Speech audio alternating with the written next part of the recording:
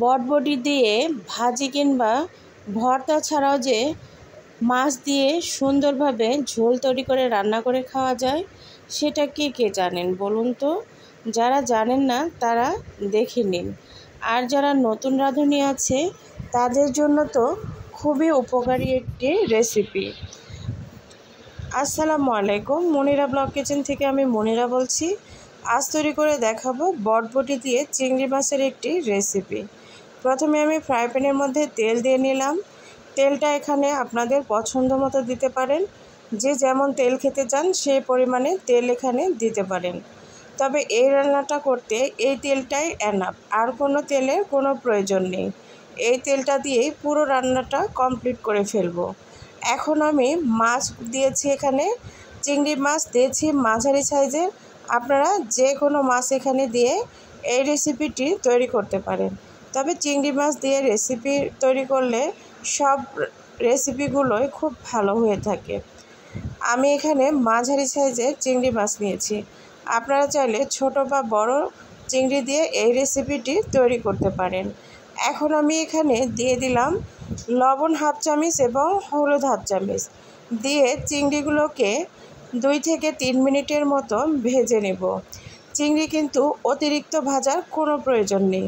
2-3 minute ভেজে নিলে কিন্তু চিংড়িটা খেতে দুর্দান্ত স্বাদের হয়ে যাবে বা শক্ত হবে না। আমি এখন এখানে বটবটি নিয়েছি। দেখুন, বটবটিগুলো এভাবে ছোট করে টুকরো করে নিয়েছি। সঙ্গে নিয়েছি 2টা বড় সাইজের আলু আর বটবটি দিয়েই আজকের রেসিপিটি তৈরি করব। চিংড়িগুলো উঠিয়ে নেওয়ার পর যে তেল ছিল ওখানে আর কোনো তেল দিইনি আমি। ওই তেলের মধ্যেই এখন আমি বটবটি আর আলুগুলো দিয়ে দিলাম। দিয়ে এখন নেড়েচেড়ে সবজিগুলোকে আমি ভেজে নেব। সবজিগুলো এভাবে একটু তেলের মধ্যে ভেজে নিলে তরকারির টেস্ট কিন্তু খুব ভালো লাগে। এখন আমি এখানে হাফ চামচ হলুদ আর হাফ চামচ লবণ আপাতত দিয়ে দিলাম। পরবর্তীতে আবারও লবণ আর হলুদ ব্যবহার করব। তো তেলের মধ্যে আমি এভাবেই 4-5 মিনিটের মতো সময় নিয়ে সবজিগুলোকে ভেজে নেব। আমি এখানে আলাদাভাবে আজকে রেসিপিটি আপনাদের সঙ্গে শেয়ার করছি। এতে করে সবজিগুলো আলাদাভাবে ভেজে উঠিয়ে রাখার কোনো প্রয়োজন পড়বে না। এই তেলের মধ্যেই সবজিগুলোকে দেখুন আমি কিভাবে রান্না করছি। পুরো ভিডিওটি না দেখলে কিন্তু আপনারা বুঝতে পারবেন না। আর প্লিজ আপনাদেরকে অনুরোধ করছি, ভিডিওটি টেনে দেখবেন না। এখন দেখুন, আমি এখানে পেঁয়াজ দিয়ে দিয়েছি হাফ কাপের মতো। 7-8টা কাঁচামরিচ ফালি করে দিয়ে দিয়েছি। আপনারা চাইলে কাঁচামরিচ পরবর্তীতেও দিতে পারেন, তবে এখানে দিলে কোনো সমস্যা নেই, টেস্টের কোনো হেরফের হবে না।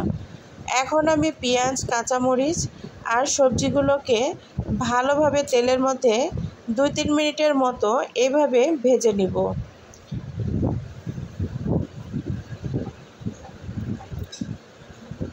আমি এই সবজিগুলোতে এখন কিছু গুঁড়া মশলা ব্যবহার করব। এখানে রসুন বা আদা দেওয়ার কোনো প্রয়োজন নেই। এখন আমি এখানে দিয়ে দিব আরও হাফ চামচ হলুদ দিয়ে দিয়েছি। যেহেতু 2বার হলুদ আমি ব্যবহার করেছি, এর জন্য আরও হাফ চামচ হলুদ দিয়ে দিলাম। আর দিয়ে দিব গুঁড়া মরিচ এখানে 1 টেবিল চামচ, ধনিয়ার গুঁড়া 1 চামচ আর জিরার গুঁড়া 1 চামচ, আর লবণ দিয়ে দিব 1 চামচ। যেহেতু লবণ আগেও দেওয়া ছিল আর ঝোল রান্না করব, এর জন্য আমার লবণটার 1 চামচ দিলে এনাফ। তো এখন আমি সবগুলো মশলা দেওয়ার পরে সবজিগুলোকে নেড়ে চেড়ে আরও কিছুক্ষণ এভাবেই তেলের মধ্যে ভেজে নেব। 2 থেকে 3 মিনিট এই কাজটি করে নিতে হবে। আমি কিন্তু একদম পুরো আলাদাভাবে এই রেসিপিটি রান্না করেছি। এতে করে আপনাদের সময়ও বেঁচে যাবে আর তেলের পরিমাণটাও একদম কম লাগবে। এই রান্নাটা একবার হলেও ট্রাই করে দেখতে পারেন। এতে করে টেস্টের কোনো হেরফের হবে না, বরঞ্চ টেস্ট আরও বেড়ে যাবে। যারা ব্যাচেলার আছেন তাদের জন্য তো খুবই উপকারী একটি রেসিপি।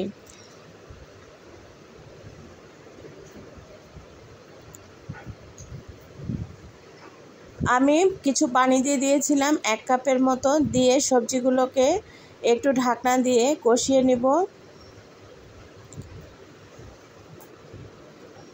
একবারে ঝোল না দিয়ে এভাবে সামান্য পানি দিয়ে সবজিগুলোকে একটু কষিয়ে নেবেন, এতে করে ভালো লাগবে সবজিগুলো খেতে। এখানে যেহেতু মশলাগুলো ব্যবহার করেছি, সেই ক্ষেত্রে মশলাগুলো কষানোর প্রয়োজন ছিল, এর জন্য আমি এখানে পানি দিয়েছি। আর এই পানিটা দিয়ে মশলাটাকে সবজির সঙ্গে ভালোভাবে কষিয়ে নেব।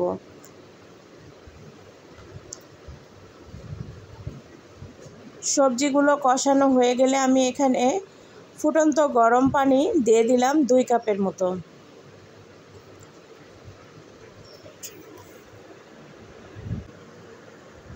পানি দেওয়ার পরে দেখুন খুব দ্রুত বলক চলে আসবে।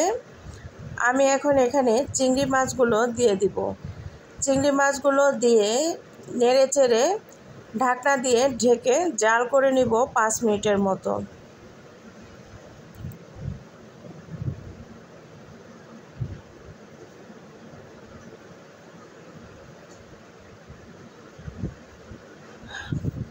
পাঁচ মিনিট পর ফিরে আসলাম। দেখুন তরকারিটা আমার একদম বলক চলে এসেছে। এখনও আবার নেড়ে চেড়ে দিব, এতে করে চতুর্দিকে সুন্দরভাবে তরকারিটা একদম মিক্সড হয়ে যাবে। এ পর্যায়ে লবণটাকে চেখে দেখব, লবণের প্রয়োজন হলে এ পর্যায়ে আপনারা অ্যাড করে দিতে পারেন। আবারও ঢাকনা দিয়ে জাল করে নিব। ঢাকনাটা উঠিয়ে এখন দেখুন আমার তরকারির লুকটা, যেহেতু এখানে সবজিগুলো সবুজ ছিল এর জন্য তরকারির কালারটা এরকম এসেছে। তো নামানোর কিছু সময় আগে আমি ভাজা জিরার গুঁড়া এখানে দিয়ে দিলাম। আপনারা চাইলে নাও দিতে পারেন, তবে ভাজা জিরার গুঁড়া ঝোল তরকারিতে এভাবে দিলে খেতে টেস্ট ভালো লাগে। যেহেতু এখানে বটবটির রেসিপি হচ্ছে, সেই ক্ষেত্রে ঝোলটা কিন্তু একদম একটু পাতলা হবে আর অনেক হেলদি একটা রেসিপি। পরিবেশন করে দেখালাম, কেমন হলো অবশ্যই কমেন্ট করে জানাবেন। আর ভুল ত্রুটি হলে ক্ষমা সুন্দর দৃষ্টিতে দেখবেন। ভালো থাকবেন। এখানেই শেষ করলাম। আল্লাহ হাফেজ।